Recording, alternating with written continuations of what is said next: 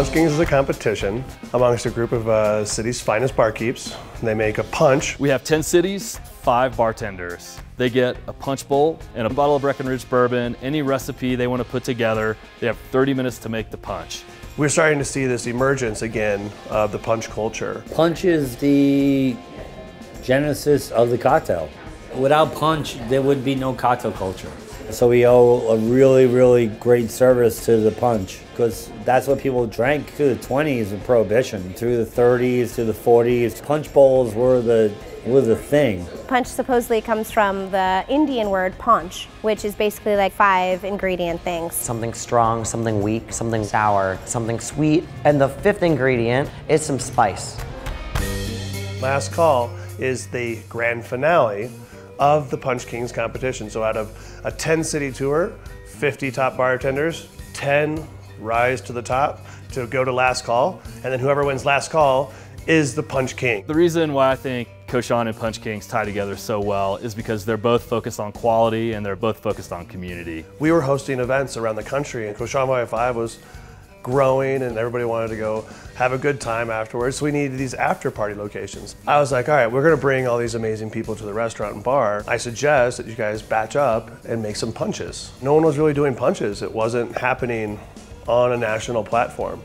And after 5 years, we're starting to see a lot of punches emerge as a way to create something to talk about at your bar. I think handcrafted means a lot of different things to different people, but when you see all these bartenders finding 1,000 different ways to put different ingredients together by hand for a social event, that's what the Punch Bowl is all about. It's a journey to get back to stuff that's made by people with purpose and passion. More and more you see large format punches pop up on people's menus. And I don't think things have changed. Maybe technology has changed, but I think classic technique is not. You know, anybody can throw together, maybe like a Long Island iced tea at your house, but handcrafting is perfectly measuring each ingredient to get the flavor that you're looking for. In terms of what a bartender looks for in their ingredients, it's when the sugar content in the actual fruit is at its finest. If you can capture that in a syrup or in an infusion or something like that, that's really going to give you the best result at the end of the day. My name is Patrick Williams. I'm the beverage director for Punch Bowl Social. We got 6 locations across the country, opening 3 more this year, competing in the Punch Kings. So I wanted to highlight the elements of the bourbon. I've got my exact measurements here for my batch. You can make mistakes on the fly once the competition starts. So I've got medjool date infused Breckenridge spiced rum as my secondary spirit. I'm going to start with that in my batch. Got a full bottle of the Breckenridge bourbon.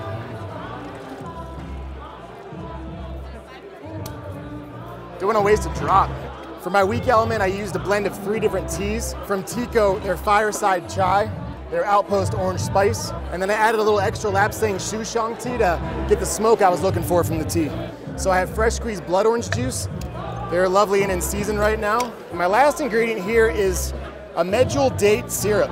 So definitely a kind of a nerdy cocktail for sure. I'm gonna put about half of this in and then taste the punch, see where we're at, because I don't want the punch to be too sweet. I don't like to talk smack. I mean, we're all friends in this industry. However, I am known to come into other cities and just take that. I'm the prettiest one competing, and sex sells, I am very excited to win a $1,000 bottle of bourbon, but I'm really excited to go and throw down an Aspen. I won last year. I was lucky enough to win last year, so I'm looking to defend the title, and yeah, hopefully the bottle's mine tonight. I think I have a good shot at winning. The drink tastes good and better than everybody else's. There's so many great bars and restaurants in the city and so many great bartenders and cocktail programs that, like, if you're not really bringing it, it's something that somebody's already done before. My name is Simone Mims. I am here competing with COCHON555, an amazing event. We look at cocktail culture right now. People are using rum and agave spirits in traditional whiskey applications.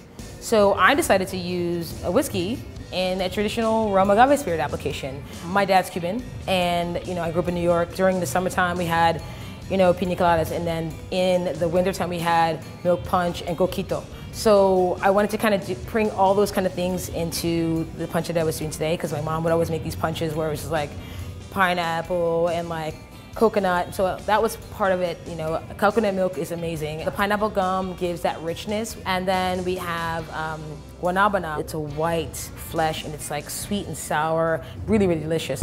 I did a version of a Mexican punch, what they called an agua loca. Bourbon, mezcal, I did a strawberry puree and a blackberry puree. Squash juice, lemon juice, pineapple juice. So I started with 1936 Meadowbrook Farm, some of their beautiful Mangalitsa pork fat, and I brewed a passion fruit tea with that. I took the plums, de-skinned them, and pureed them, and then I juiced and strained the lemons and the blood oranges. And of course, like Breckenridge bourbon. The beautiful Breckenridge bourbon, and with a Japanese drip tower, put inside black limes, Freak of Nature oolong tea, and tonka beans.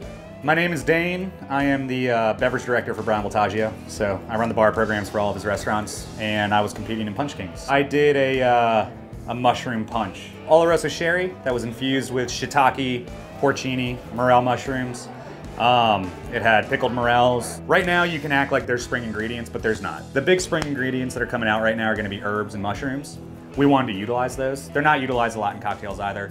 One of the beauties of Punch Kings is the fact that we're making drinks for chefs. It's more of like a creative experience to see if it works. My punch was aggressive. I mean, it was weird, and that's what it's supposed to be. But the beauty of being a chef-driven concept is the fact that all the ingredients we make by hand. I mean, it says handmade on my hands, you know. So for me, that's the most important part. It's being very in touch with what you're making. I try to treat drinks like we treat our food at the restaurant, and that's kind of just trying not to mess up pure, simple, delicious ingredients. Fresh, and a little bit of love. Well, balance. You need to have sour, you have to have bitter, you have to have a little bit of sugar. I think dilution is probably the #1 most important benefit or detriment to a punch. It could really make or break it. Because I think the perfect cocktail is made at the perfect time with the perfect ingredients for that specific person. I mean, a great punch is just something that's really well balanced, and I think if the guests are enjoying it and they're happy, that's really all that matters.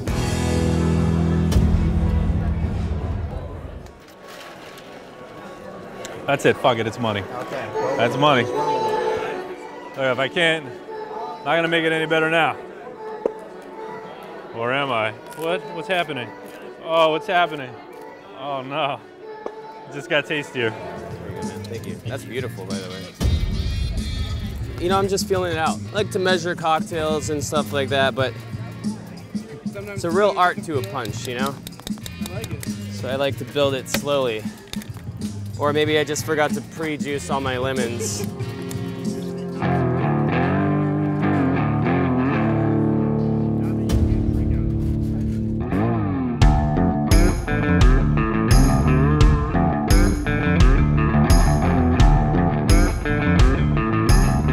Punch King judges to the stage. All my Punch King judges to the stage.